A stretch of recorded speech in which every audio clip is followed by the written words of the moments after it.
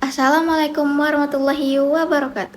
Perkenalkan, nama saya Marisa Alfat dengan NIM C0E025007 dari Program Studi Keuangan Daerah kelas R001.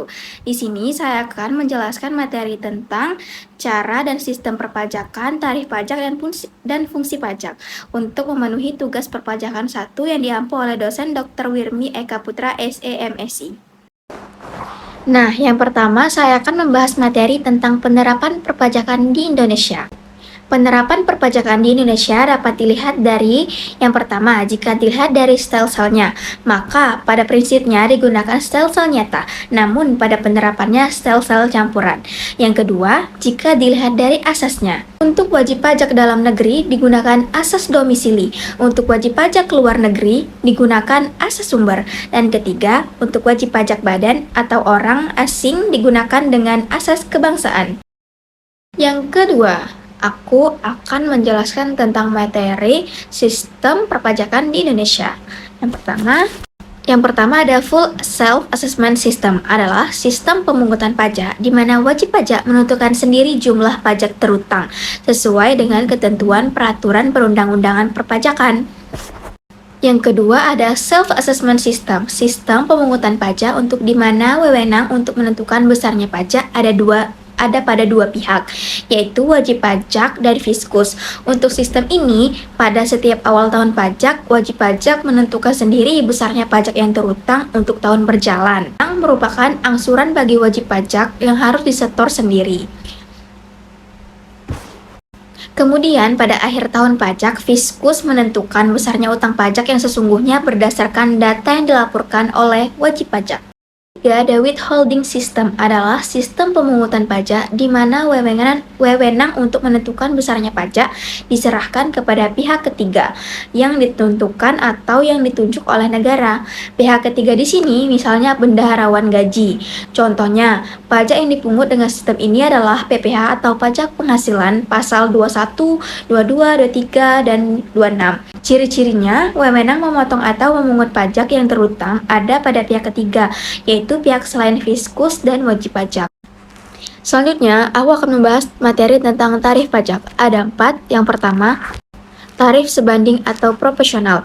Nah, tarif pajak yang presentasi pengenaannya tidak berubah, berapapun jumlah yang dikenai pajak.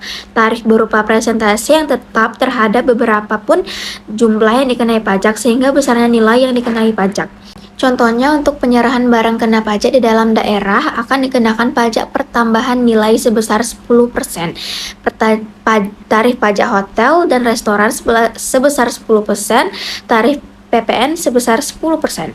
Yang kedua adalah tarif tetap, yaitu tarif berupa jumlah yang tetap atau sama terhadap berapapun jumlah yang dikenai pajak, sehingga besarnya pajak yang terutang tetap.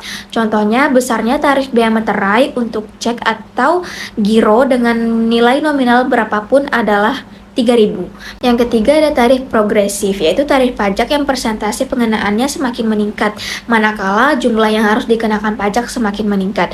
Contohnya, pasal 17 Undang-Undang Pajak Penghasilan untuk wajib pajak orang pribadi dalam negeri. Nah, selanjutnya aku akan membahas materi tentang fungsi pajak. Ada 4 juga. Yang pertama, dari fungsi anggaran atau budgeteer. Maksudnya, pajak merupakan salah satu alat atau sumber untuk memasukkan uang dari masyarakat berdasarkan undang-undang ke kas negara. Hasilnya digunakan untuk membiayai pengeluaran umum negara. Yang kedua, ada fungsi mengatur atau regulering. Maksudnya, pajak di sini digunakan untuk mengatur atau untuk mencapai tujuan tertentu di bidang ekonomi, politik, sosial, budaya, pertahanan, dan keamanan.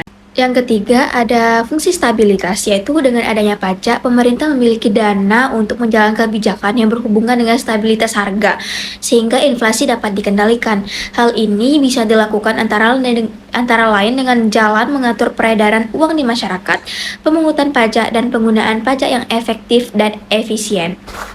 Yang terakhir ada fungsi redistribusi pendapatan, yaitu pajak yang sudah dipungut oleh negara akan digunakan untuk membiayai semua kepentingan umum, termasuk juga membiayai pembangunan sehingga dapat membuka kesempatan kerja dan pada akhirnya akan dapat meningkatkan pendapatan masyarakat. Thank you for watching in this video. See you in materi selanjutnya.